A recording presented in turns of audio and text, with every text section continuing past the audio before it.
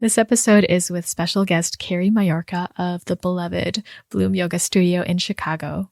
And in this episode, we explore how to give yourself permission that you can't do this wrong, that how we do self-care is more important than what we do, why first graders are better at meditation than you are, and being brave to do what's enough and not more. Hello and welcome. You're listening to the Embody Podcast, a show about remembering and embodying your true nature, inner wisdom, embodied healing, and self-love. My name is Candice Wu, and I'm a holistic healing facilitator, intuitive coach, and artist sharing my personal journey of vulnerability, offering meditations and guided healing support, and having co-creative conversations with healers and wellness practitioners from all over the world. This episode is sponsored by my workshops.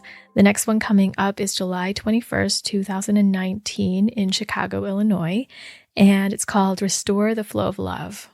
Whether related to abundance, money, love, relationships, your health or dis-ease, tension in your body, your career, your purpose, our struggles related to these connect with early unconscious and unspoken ways of belonging and the flow of love through the ancestry. So the connection with our lineage is carried through our bodies, in the cells, the viscera, the heart, energy, in our dis-ease, in our fluidity, in our freedom. And where those before us didn't get to integrate a loss or a trauma, where there was an imbalance in relationships, that flow of love is disrupted and is a placeholder for where there's energy, strength, and resource waiting for us to open and for it to flow towards us. So in family and systemic constellations, we constellate and acknowledge these dynamics that are in the undercurrent of the system we're a part of, whether they're known or unknown. So in this workshop, we'll set up several constellations for people who are interested in seeing what those underlying dynamics are for the struggles they're having or some area of life that they want something different. And in that, we restore the flow of love, allowing you to move from a more natural space, from ease and freedom and embodiment, authenticity, and truth. So if you're interested, check out the workshop at candicewu.com/flow-of-love. If this date has already passed for you, you can check out all the other workshops coming up at candicewu.com/events.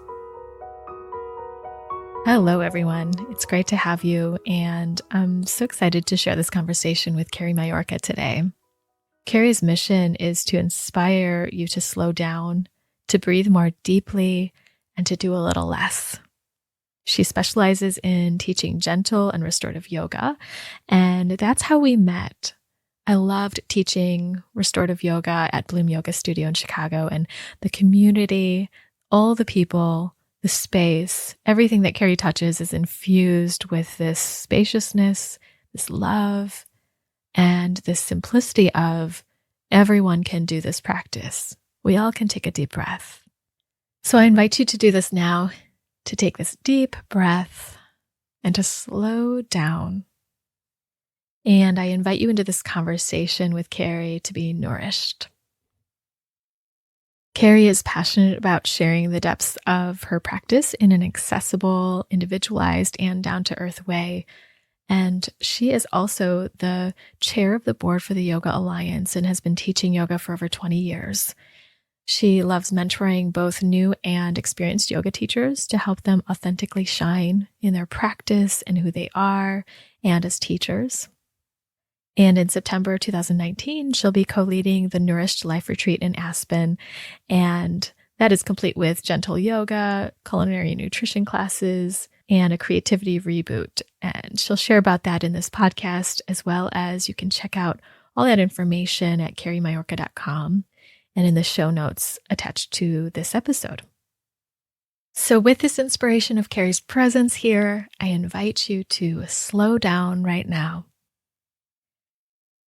to feel a breath, to just take in whatever's here for you. Do a little less as you listen in today. maybe don't multitask, or maybe just slow down a little bit. And I invite you into this conversation with Kerry. Hello, Kerry. It's great to have you on the show today. Thank you so much for having me. I always love getting a chance to connect with you and really dive into interesting topics.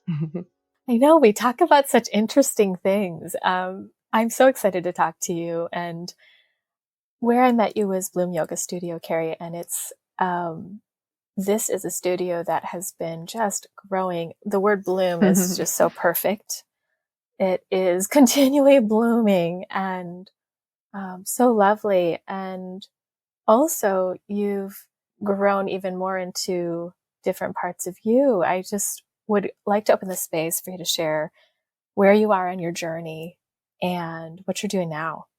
Thanks, Candice. I love the word bloom too. And I love it for so many reasons, because I think that to me, it calls to mind the cycle of plant life and flowers and growth, and that it is something that, can change over periods of time and develop in different ways. And that's really what is most exciting to me in my own life. And, I founded Bloom 15 years ago, and it's amazing to say that. It's hard. It's been so much fun. It's sort of flown by, but I really started it for very particular reasons, which are still true today, but have kind of also evolved. And I really founded Bloom because I felt like yoga could be very intimidating for people. And I had experienced the transformational benefits of it for myself. The practice of the postures, the deep and conscious breath work, meditation. And then for me, also a huge, huge part was the restorative poses and relaxation. I know we have that same love of restorative work. Yes. And I just found that it seems complicated to the outside world. And sometimes the imagery of what means yoga and what is that all about? Who are you? Who do you have to be able to practice it? I found that so many people never saw themselves in that image and never felt it could fit in their lives. And so that was really what started the whole place. And that's what we've drawn. We've drawn people. Oh, yeah. I just was talking with a trainee yesterday on our mentorship call, and he was saying to me, when I told people I became a yoga teacher who've known me for my whole life, they could not believe it.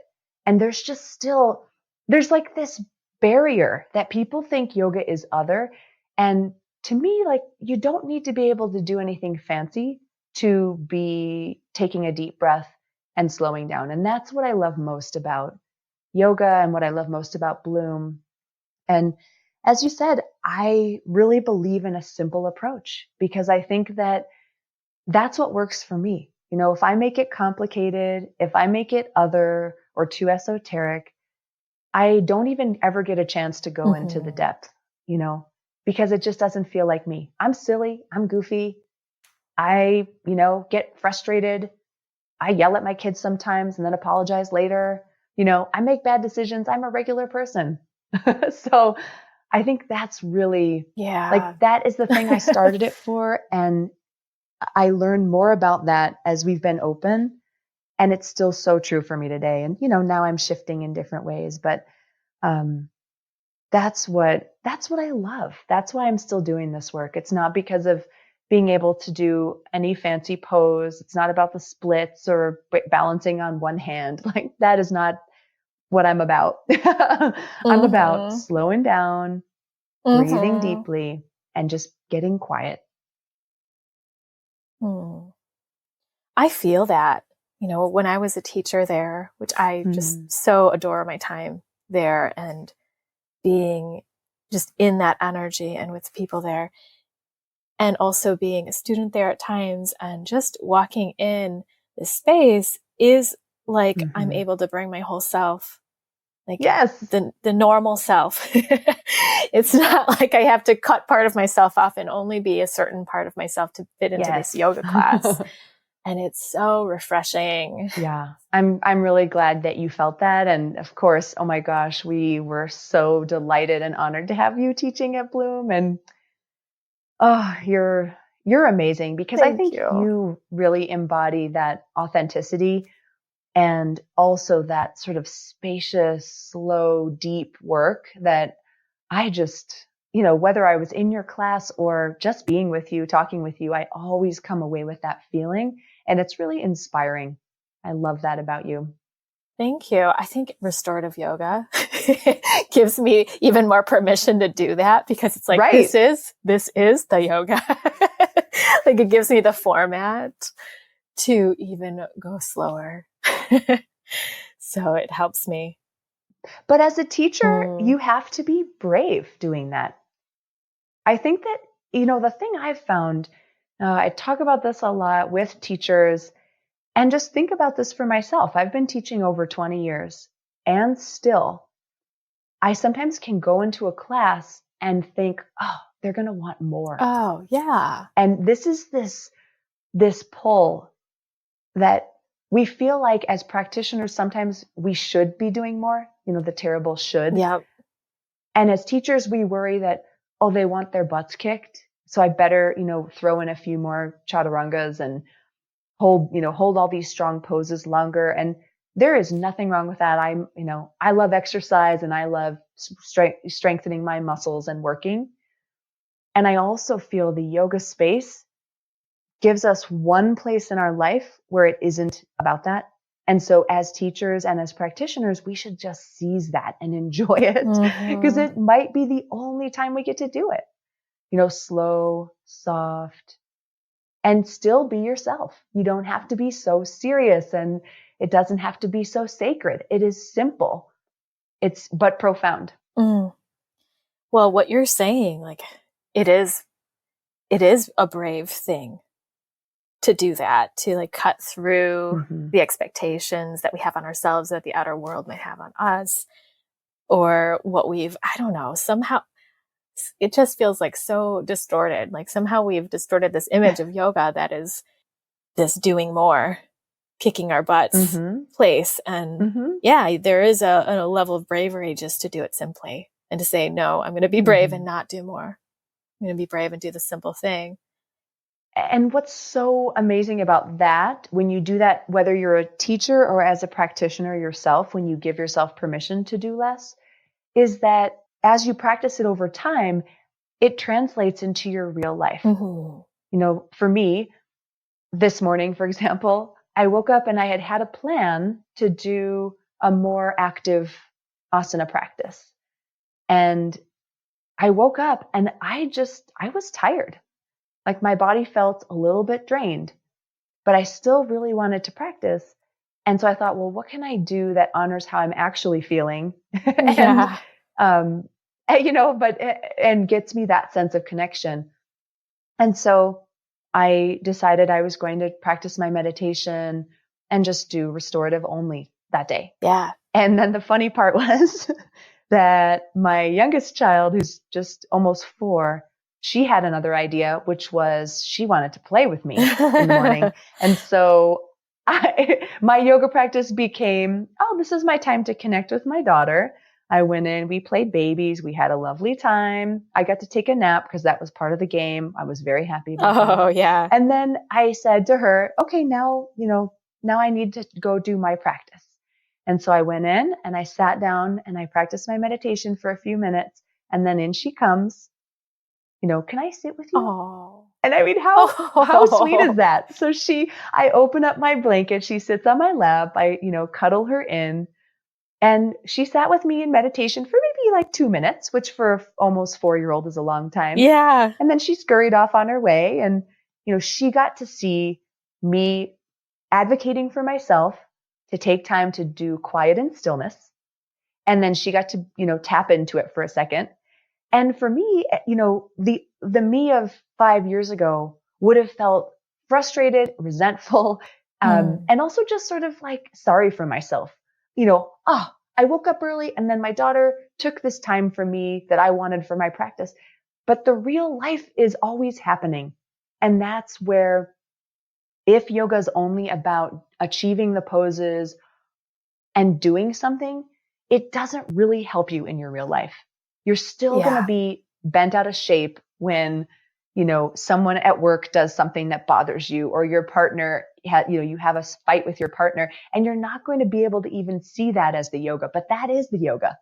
And so, you have to have the actual practice, and you have to carve out the space and time to, get slow, get still, get quiet, and do those practices. And I love my asana practice. It's just become way less important to me than the mindset, which carries off of my meditation and into my life, where I can see, hey, she needs to connect with me right now. That's beautiful. And I want to do that. That's beautiful. And when you say that is the yoga, I love that. Mm-hmm. And what can you say more? That is the yoga Mm-hmm. and the mindset. If you think back to what any of the, ancient texts of yoga, that whatever your tradition and approach, those are there, whether you really resonate with some of these texts or not, they are the foundation of what you are practicing when you are practicing yoga. And I always like to think about, and when I'm teaching, tell my students that the asana is the vehicle for what's actually happening. The asana, the poses themselves, those are not doing yoga. We call that. That's the easiest way to call it when we're in a class. Those are the things we practice to get us in our bodies and to connect with the breath. And, to also take care. It's maintenance. I see asana as maintenance. It's a way to stay a little stronger, a little bit gently mobile and balanced, and then to use the breath to regulate the nervous system. Like, those are the maintenance tasks. If it only ends there, to me, that's shortchanging what I could be experiencing with yoga. I like to think about, what is the pose for? Why am I practicing a pose? Whether it's restorative or active, what am I doing it for? Partly I'm doing it to maintain the body, but I could do that at a gym. So what's the difference? And so to me, I think the difference is the mindset and the idea of, non-harming, of being truthful with ourselves. Like for me this morning, truth was, I need a slow, soft practice. And, some days I need to not go to the gym today. I need to do something gentler with myself. Or I need to go to bed really early, even though I was planning on doing a little work before bed. It's those kinds of things where you're attentive to what's actually happening rather than putting should over everything you do and operating in a robotic way. To me, the yoga of everyday life is learning to be more intuitive and more connected. And we use what we do in the yoga classroom to develop those skills, to develop greater sensitivity to the body and the breath, and to actually be quiet enough to hear the thoughts. Because most of our daily life doesn't give us the space for that, or we don't take it. We could anytime, but it's hard to take it with, what we read and what we do on a device and our work and our family and listening to music and, listening to wonderful podcasts like yours. We're always about input. And when you get on a yoga mat, I practice and teach with silence. Some people use music, even with, very quiet music, you can still access this. But personally, I love to practice in silence because it's not input. And then I can hear my thoughts and I can get to know, what am I saying to myself? Am I kind? Am I telling myself I'm not good enough? It's that, to me, is where yoga on a mat, whether it's in a class or in my home practice, it's the way to maintain the body, to regulate the breath and the nervous system, and then to really just physically provide a rest. But it's so much about the mind. And I get I don't know if this happens to you, Candice, but I get some of my best ideas for writing when I'm practicing, and just, oh yeah, like the creativity, it's just incredible. They start flowing. Yeah. I mean, I get it all. I get the creativity some days, and some days I get the grief or the sadness or the anger or whatever. But it's that place to really listen, as you're saying. And I love how you're speaking to not taking it as a robotic and rigid practice, but as that tool to learn the flexibility and mobility in your daily life, to be present to what's happening and respond and listen to how you're talking to yourself in those moments. When you made a plan for something else. Yeah. When your daughter comes in and says, "Can I sit with you?"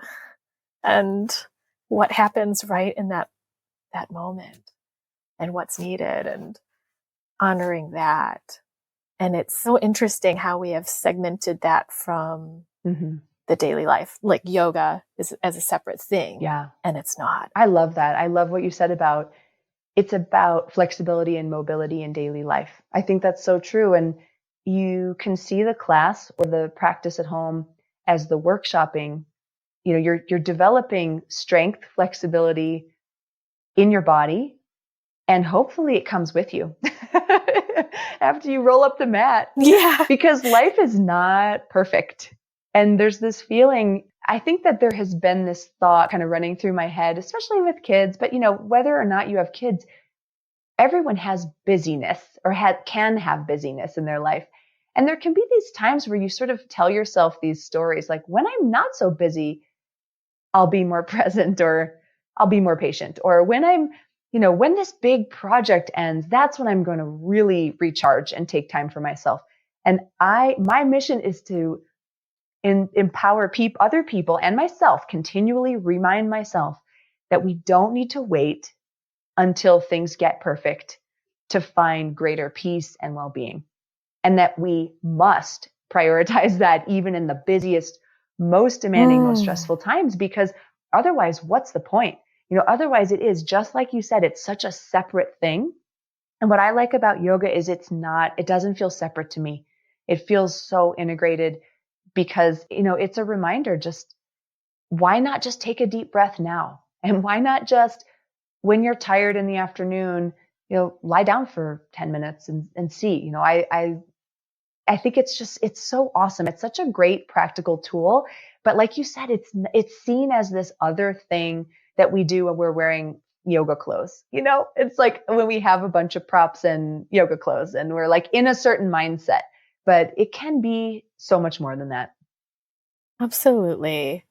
Well, and yoga in itself means union. Yes. And it is that integration of everything, not a separate practice.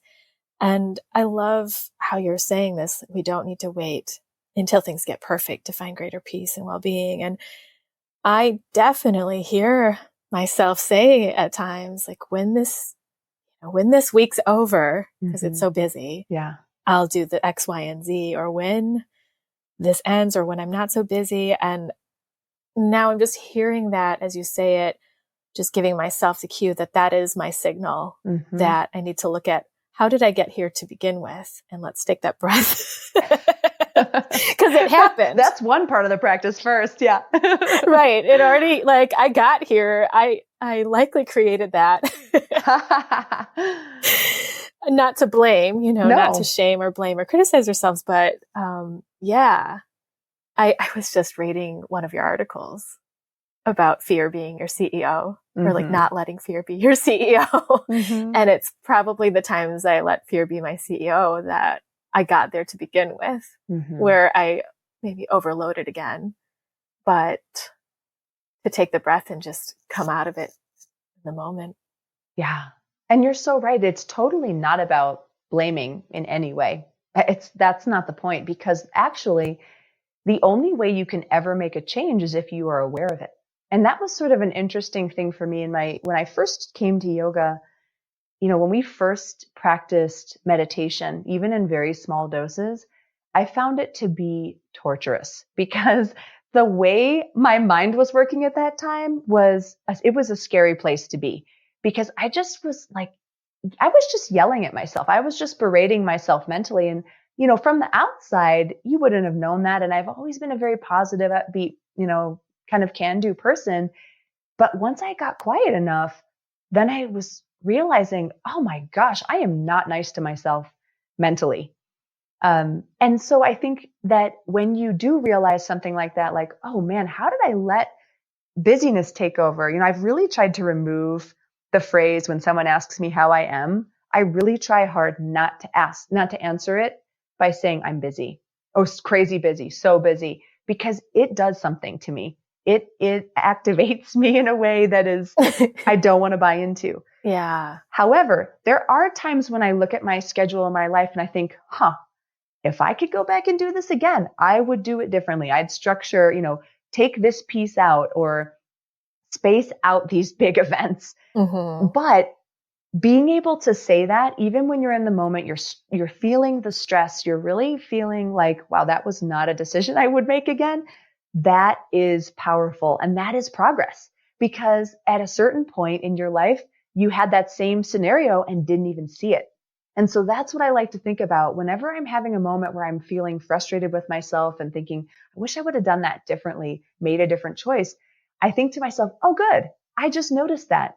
And even if I can't do anything to change it right now, I've just noticed. Maybe next time I'll notice and then maybe I'll take action, but maybe not. It takes a lot of time of just noticing before you can ever take action. That's been my experience. Absolutely. And I think that the other thing about that, what is the action?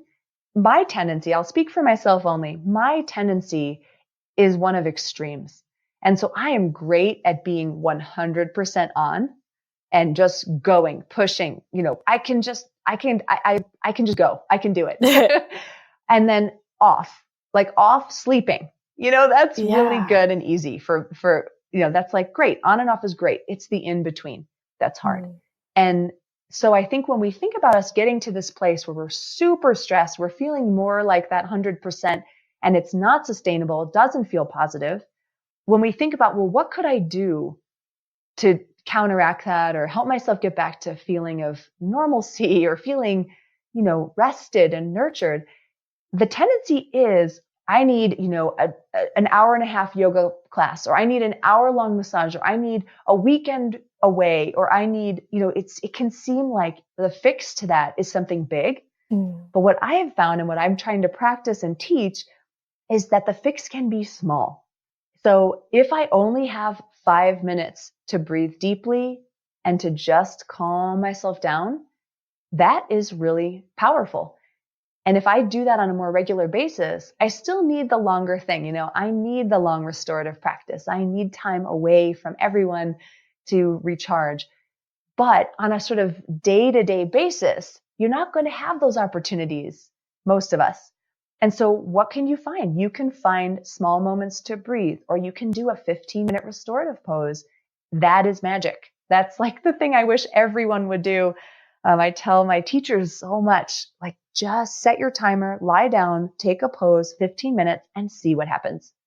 You're a different person. It's magic. Yeah. Well, every time I do that, even for like 2 minutes, I'm a different person. Oh yeah. Yeah. That's right. Maybe even 1 or 30 seconds. Oh, even 3 deep breaths. Yeah. I mean, sometimes if I'm with my kids and I'm feeling like I'm just up to my eyeballs in it and I'm so struggling to be kind and compassionate and patient, I will take even 1 breath. I'll take a breath. I'll exhale through my mouth and feel the tension releasing from my shoulders and my neck, soften my jaw. And then I sometimes, not all the time, have the presence of mind to say to them, I'm sorry, I've been a little frustrated. I'm feeling tired. I didn't get enough sleep. Or I'm feeling a little bit stressed because I have this thing due later and I was thinking about that. And that's amazing when I can do that. And some days I just plain can't, but at least I took the breath. Absolutely. I love how encouraging you are to yourself now, and even just noticing the thing that you'd like to change and encouraging yourself that you noticed it and that's a good thing. We don't do that as a whole society. We're like, oh, well, that should have changed years ago. Yeah. Totally. Why didn't it? Right. Well, I do have some of that too. Yeah. Don't we all? Yeah. Yeah. Well, I was curious, Kerry, what are you struggling with today? What are you tussling with, or what feels up in the air for you of your learning? I think that the thing I'm always struggling with is my relationship with time. I think that I am a person that fills up the space I'm in and fully loves and embodies what I'm in and doing. And I tend to want to put more into everything. I'm a more person. I think it's this struggle with more. I'm really trying to find enough and to see like what would be enough to do today in this time I have. Like in my own work life, I can set a list of 5 things I want to accomplish in a 2-hour period and think that's realistic. So, it's like this evolution of what if I just did a little less, so I think the reason I teach this stuff is because I'm still working with it myself. I don't teach it from a place of mastery. I teach it from a place of process and of this really strong conviction that there are lots of people who have the same struggle of more. And for those of us who are more people, the practice is, how can I do a little less and find enough? And so I think that that's really where I am. And I see it in a lot of different aspects of my life.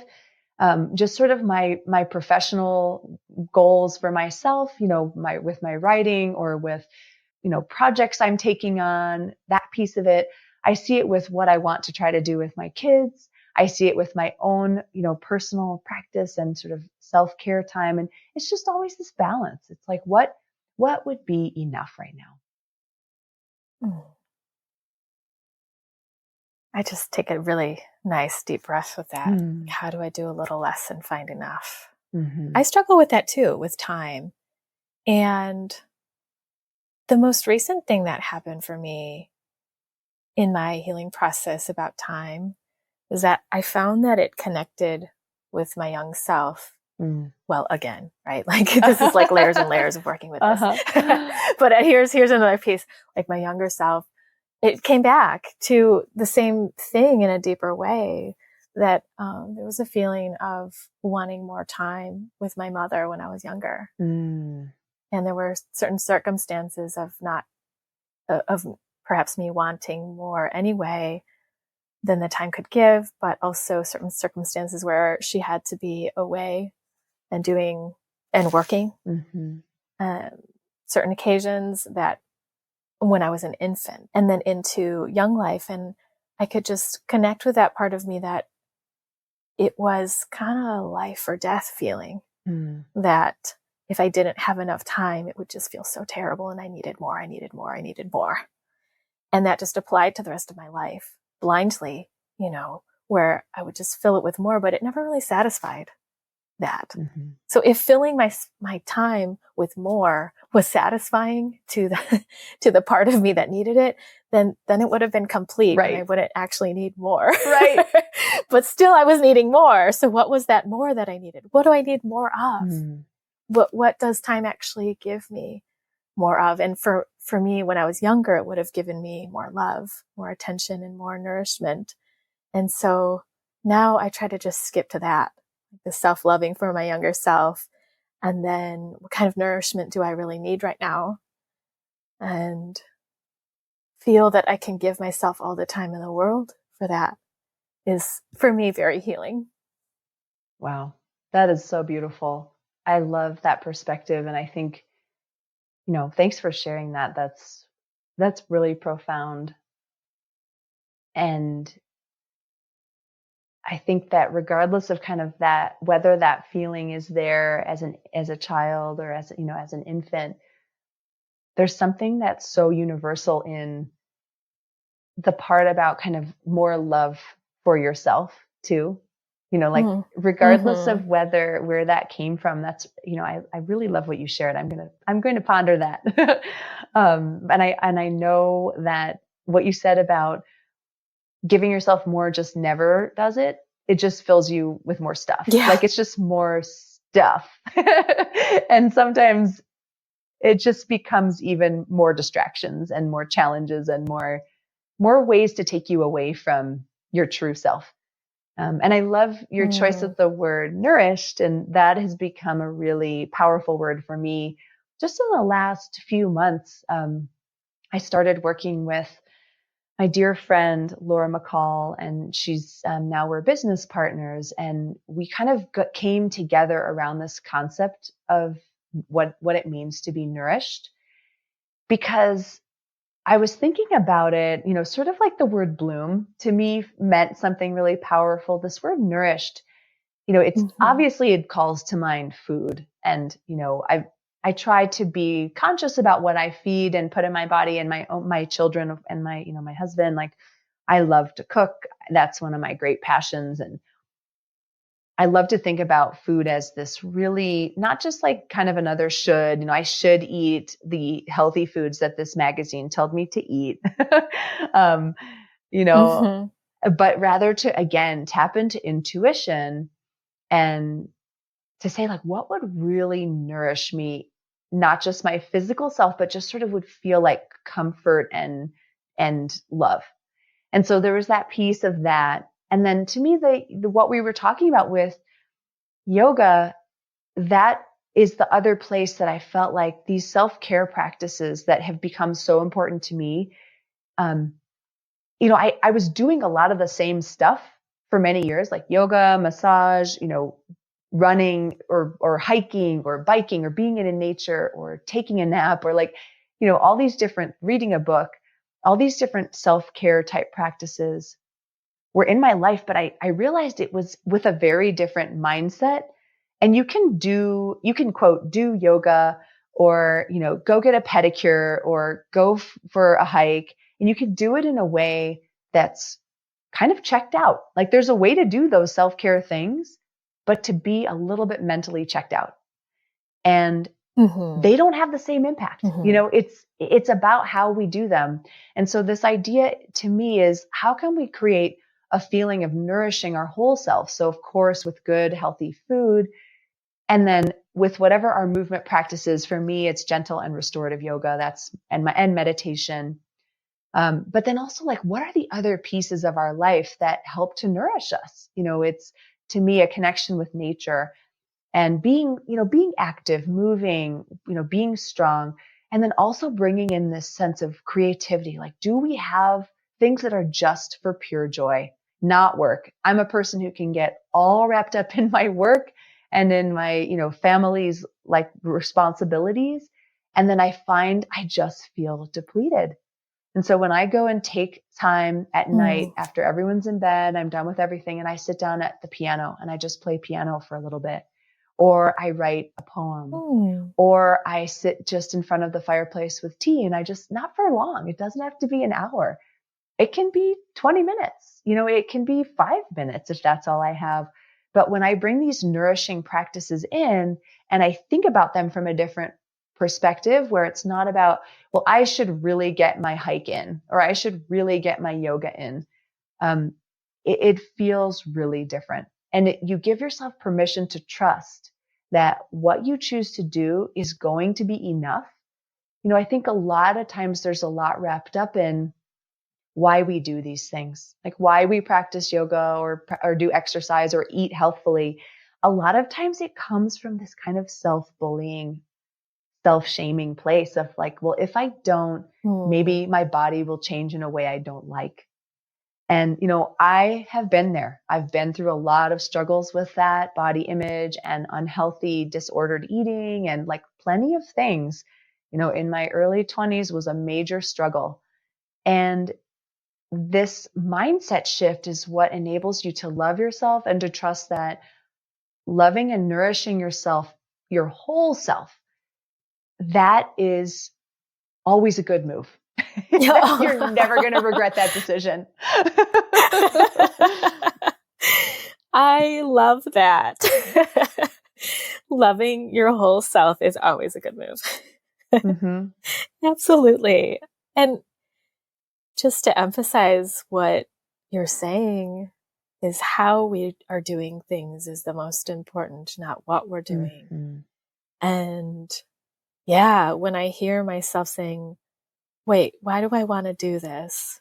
Well, if I don't, then, and that is my cue that like, wait a minute, it's not really a good reason because it's not very loving. Exactly. It's like a punishment reward mentality. And it's this Ooh. threat or worry or and it's so you can't even recognize it as that until you really dive in and see it.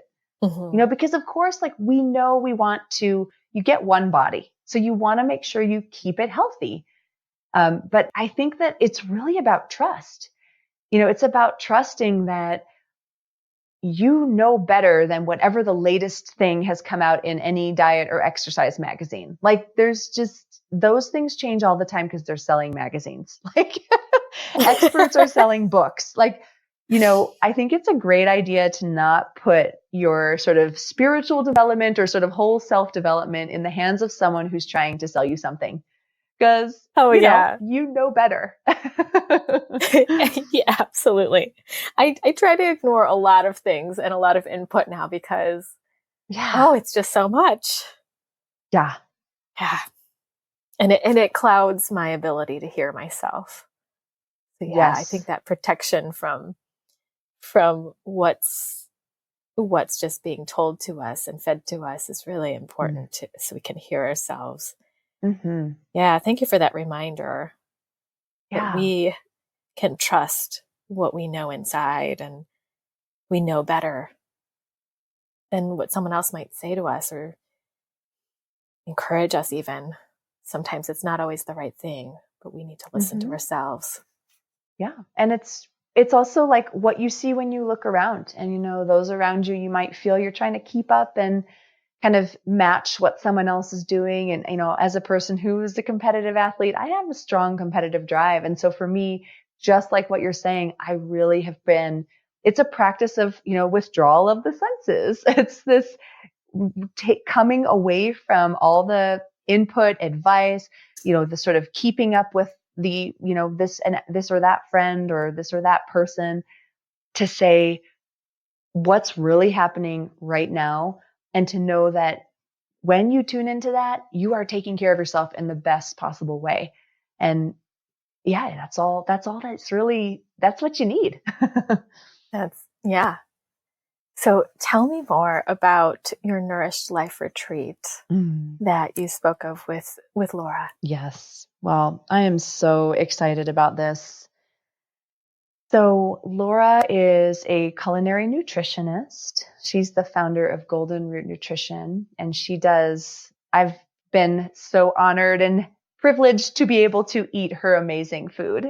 So she really creates and brings this beautiful balance of food that is whole and healthy, and it's simple, but it's delicious. And she teaches other people how to do that. And I have learned so much from her myself, just even like how to approach this topic that can seem very overwhelming. If you're trying to eat healthfully for yourself, or if you are responsible for cooking for others, there's just so much input and advice and it's overwhelming. So the retreat is going to consist of me leading some gentle and restorative yoga practices a couple of times. And Laura will be teaching culinary nutrition classes, and then we'll be eating the delicious food we make. And then we also will be in Aspen, Colorado, which is a gorgeous place, a place of great wild beauty. And we're going in September, which is an incredible time to be there because the trees are all changing colors. The weather is just delightful. And I think a lot of times too, people have an image of what Aspen is. And there is this other side of Aspen that's kind of the ritzy, sort of glamorous side. But our retreat, we're staying at a family-owned inn right in town. And it's just so warm and beautiful. And we're really going to be trying to create this place where you bring your real self, your very real, imperfect, perfect self. And we come together for some times of yoga. There's going to be some option to explore meditation every day. And then we'll have these classes where you can just think like, what could I do with the way I nourish myself with food that could just make me feel more energized? Laura has this class, Eating for Awesome Energy. how could I see the way my food could just contribute to my well-being and be delicious and enjoyable and wonderful. And then we'll also have time to do some connection with nature. So there's this beautiful riverfront path and a John Denver sanctuary, which I'm a huge John Denver fan. There's this beautiful place where you can go and kind of look at his lyrics and just sort of reflect on in nature in this beautiful place, his legacy. And then we'll also be going to the top of Aspen Mountain and enjoying a hike there, and just a moderate hike, nothing intense, but really more about the practice of being in nature and being in quiet in nature. And then the last component of it is we're going to have a creativity night. So I just was writing this piece. It's going to come out in my next newsletter. It's called "Where is the Joy?" And it's about this rut I started to find myself in, where I was kind of going through my everyday life and just, doing all the things I had to do, even doing my self-care practices. I'm vigilant. Like I have to get that in. It's very important to my mental well-being as well as my physical, so I don't miss it. But it was like, okay, my self-care practices of yoga and meditation and, exercise or hiking and, doing my family obligation things, getting my kids to where they need to go, cooking, preparing, doing all the things around the house. And then, doing my work, my actual work for the yoga studio, for my own new writing ventures, for the retreat. And then, the end of the day comes and it was just like, wow, that's it. That's all I got left. And I started to feel this sense of, you go through the day. Do you feel like you're doing your day? Do you feel like you're just sort of checking everything off the list? And is there any room for joy? Is there any room for things that have no purpose, but to nourish you and help you feel more alive? And so we'll have this one night, just an hour, where we will gather by the fireplace. And you'll be invited to bring, a craft if you have one, or a journal if you like to doodle or write, or, that kind of thing. Or we'll have a very simple creative activity that we'll provide it. And it's just going to be a very small little time to be kind of quiet and to focus on doing something that, again, doesn't have a purpose. It's not about making an amazing work of art. It's just about tapping into how creativity nourishes you. So I'm just so excited. I am like over the moon excited about it. And Laura's amazing. I'm so honored to work with her. And yeah, I can't wait. I love that. I love this, and I can feel your excitement, and I was just reading the details as well and hearing you speak about it now, especially this creativity night. I love the aspect of doing that together. And it sounds like the space is open, that it's an individual or group, with other people kind of experience, but just being together with that intention of creativity sounds really lovely. And that joy without a purpose. Yeah. It's so important in our lives. And for me, it was life-changing to bring in joy without a purpose. Yes. That it was like, wait, I can actually do that. Right. Like, it's I don't about have to permission. be, don't wait for someone to tell you to do it. Right. When we're kids, it's so easy. It's so easy to just choose things that are just joyful. And, what are you doing it for? No, just for fun. And as adults, we don't need to wait until someone says, just go have fun or just do this thing because it's enjoyable. We need to advocate for ourselves to do that. We do. We do. Yeah. So how can people join the retreat or get more information? Where can people find it? We have our website at getnourished.life, and we have all the information about the retreat there. And we're keeping it very small. We're only having 12 spots. So get to it if there's interest. But yeah, that's where you can learn more and then can register. And I also just wanted to share about it. I've had the experience with retreats myself, this kind of like abrupt shift from my perfect retreat self to my imperfect daily life self.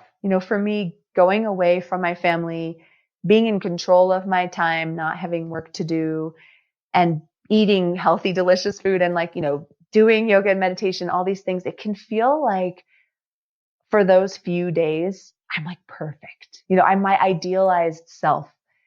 And I was, Laura and I have been talking about this a lot, about how we really want you to feel like when you're on this retreat, you are your regular whole self with all of your pieces.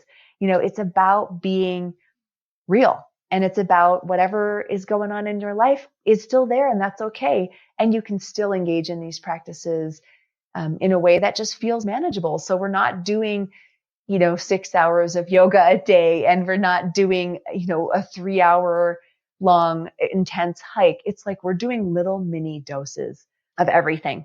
And then we're giving you practical tools so that when you go back to your daily life, our hope is you just will bring in just a tiny bit, like a little bit of something.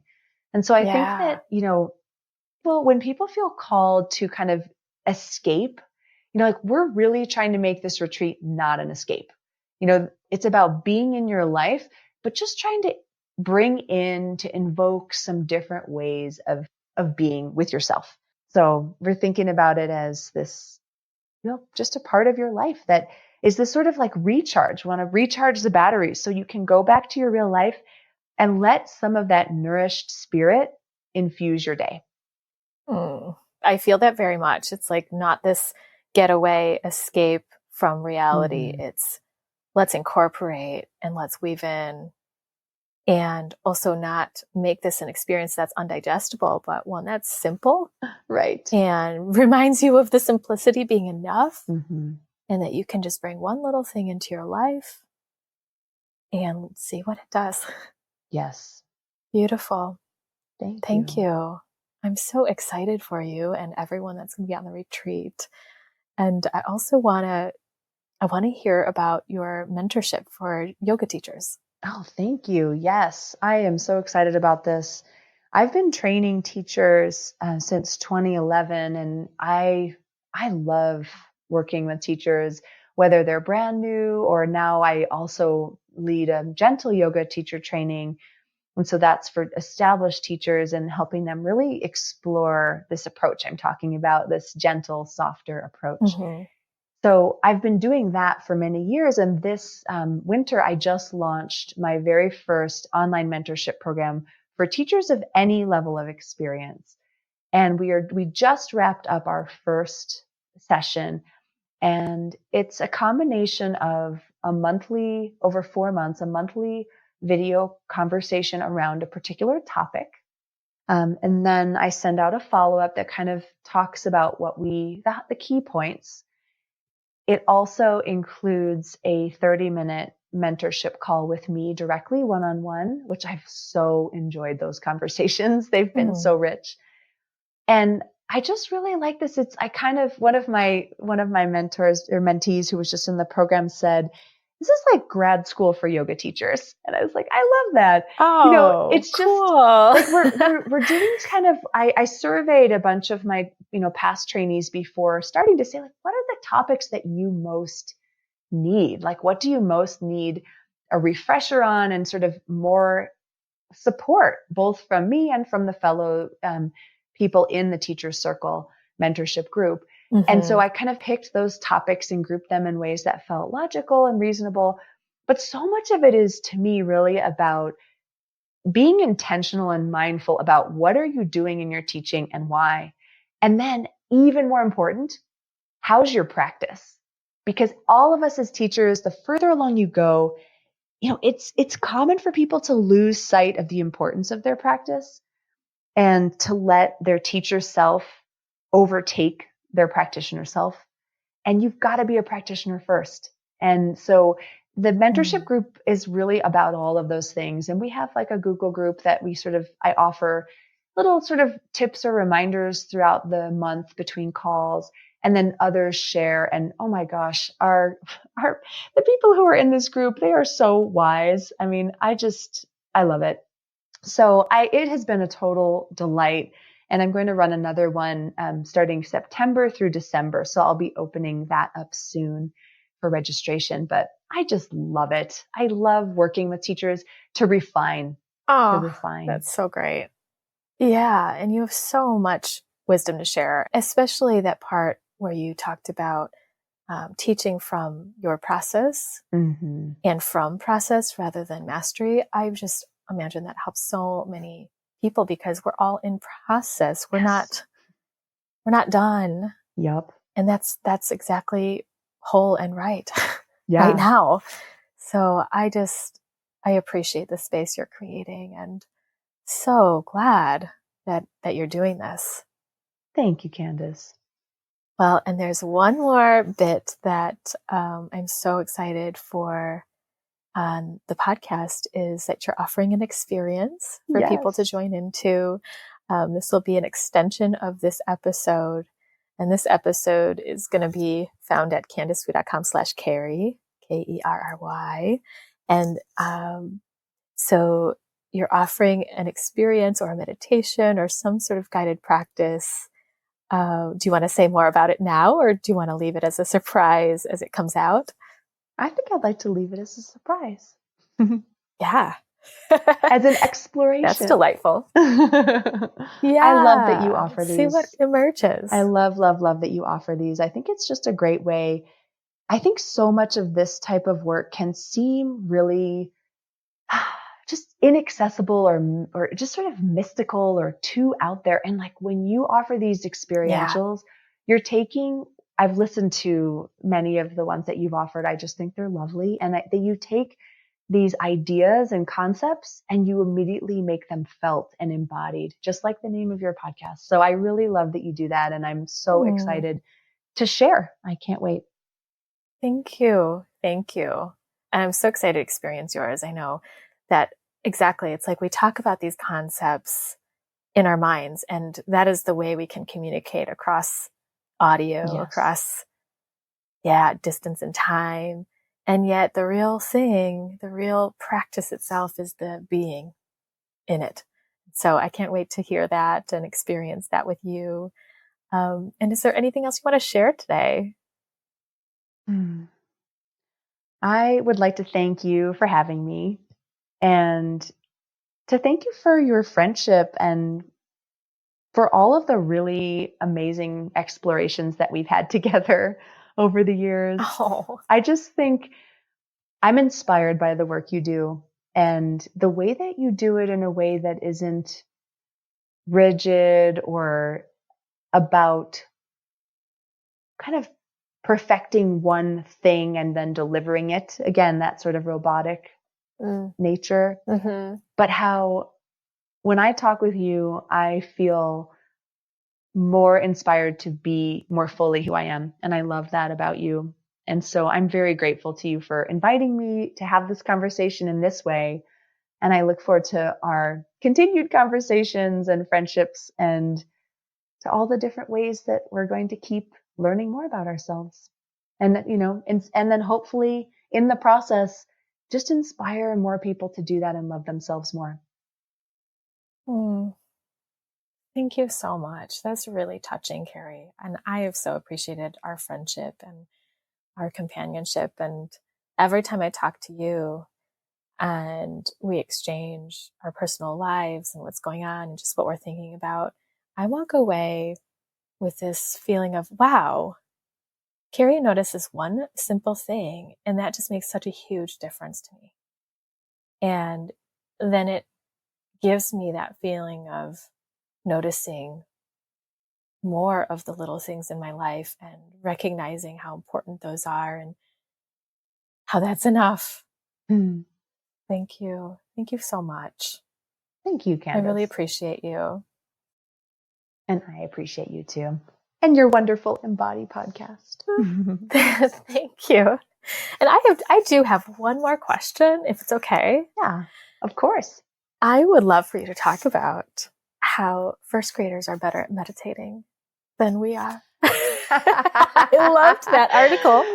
Did you like that? I did. It was so delightful. And I just would love for you to share it with everyone listening today if they haven't read this, or just your thoughts on it now. Oh, that was so much fun. So when my daughter, my middle daughter was in first grade, I was invited to come to the class and, share some yoga with the kids. And I've done this with, all of my kids, where I've gone to their school and just taught a little yoga until they got too embarrassed to have me come. My son's in 7th grade now. That is not cool now. But yeah. I will say my kids do sometimes grab our yoga pretzels partner deck and do partner yoga together. And that makes me so happy. But back then I was invited to come to her class, and I'd been teaching them yoga and all these wonderful kind of kids yoga adaptations and techniques. But what I found they loved the most was the relaxation at the end. And I would always do a guided visualization that just helped them relax, and seeing their little faces, like it was magic. And so I thought, well, why shouldn't I just give them more of that? That's what they want. And so I decided I was going to also teach them meditation. And I was like, all right, this seems a little intimidating. How are they going to do? Everyone associates first graders with being really wiggly and high energy, and they are. So we went out. We were really fortunate to be able to do this in the garden. So we went out to the garden at our school, and I said to them, okay, so we're going to do our yoga, and then at the end, let's try some meditation. And I had a bunch of kids just shoot their hands up into the air, like, I know about meditation, cross their legs, put their hands into a mudra, close their eyes, and then go all like really peaceful and serene, just like they owned it, like they've been doing it forever. And they were like, I'm so good at meditation. I do meditate. They were so excited about it. And so that just kind of tickled me a little. And I thought, okay, well, let's see how it goes. When we got there to that part of the practice, they all took their seats, they got quiet, and, these very wiggly bodies really became still. And, I don't know what was happening for them in their heads. I don't know how much this stuck with them or didn't. But the reason I wrote that piece, why first graders are better at meditation than you are, is because they were 100% unintimidated to just try it. And they completely put themselves in it for the, however many minutes, 2, 3, 5 minutes that we did it. They just like embodied meditation, and without any other sort of inner voice telling them that they're not doing it right. They don't know enough. Is this really meditation? And that's been my experience as an adult until up until the last like 10 years of my practice. So halfway through my experience of being a practitioner was when I finally got comfortable with meditation. I just never felt like I could really do it until finally one day, one teacher gave me permission, and she said, you can't do this wrong. And I realized like, oh, okay. And that's what the kids really got. They weren't worried about whether they were doing it right. They just did it. And so that's what I would love for anyone who's even curious. If the word meditation is intimidating to you, use mindfulness, use quiet, use stillness, like whatever word works. But I just think that if we could, even for 2 minutes or 3 minutes or 5 minutes, just sit or lie down, be quiet, maybe close the eyes if that feels safe, but just take some time to go in, we would feel a change and a shift if we did it on a regular basis. And that's what I just loved about those first graders. They had moxie, man. They weren't worried about me telling them if they were doing it right. They just did it, and they were awesome. They were telling you how to do it. I know. They really were. This is what it is. They really were. And just, you can't do this wrong. Yes. That's a great place to leave and close our podcast today. Thank you so much, Kerry. You just can't do this wrong. Yes, you can't. Let's all go out into our day with that. Thank you so much, Candice. This has been such a pleasure. Thank you. Thank you so much for tuning in today and joining us. I just got so many little nuggets of information and insight that can just help me feel into a more easeful space, the softening and simplicity, tuning into how first graders can be with their exuberance and joyful delight, playfulness, trust, and just doing enough. Thanks so much, Kerry, for sharing all these pieces of wisdom and doing this in your daily life, not in a perfect way, but as a practice, and showing us that it can be messy, it can be in process, and we can continue to love and know ourselves more deeply each step of the way. I encourage you to check out Kerry's work at kerrymaiorca.com and linked with the show notes of this episode at candicewu.com/Kerry. And Kerry is spelled Kerry. Be sure to check out Kerry's meditation that just takes you exactly where you are with your messy or imperfect, perfect life. Just taking 5 minutes of your day to be with what is here and to tune into yourself. You don't have to wait to have a perfect life or the perfect setup to do meditation. This simple guided meditation welcomes you just as you are right now, harnessing your distractions and to-dos to create a more spacious and easeful you. Kerry's meditation can be found later this week on the podcast or at candicewu.com/Kerry, Kerry. If you'd like to check out other healing experientials or guided meditations and topics and guests on the podcast, you can go to candicewu.com/podcast. And when you click on each episode, you'll find that there are healing experiences that are connected with either the guest episode or the main topic of the week. Not every week has experientials, but also you can check out the list of podcasts and you'll find all the experientials there. If you'd like to stay in touch about future retreats, workshops, or receive self-love notes and also the podcast information, you can sign up for the Embody community at candicewu.com/embody. I'm so grateful to have you here and listening, and I'd always love to hear feedback, whether that's criticism or questions, ways that the podcast touched you or connects with you. And I'll just leave you with that feeling of simplicity and doing enough that Kerry so inspired today. So as we close today, I invite you to take a few of those deep breaths and feel into any bit of slowness or slower pace that your body can access now. Thanks so much, and see you next time on the Embody Podcast.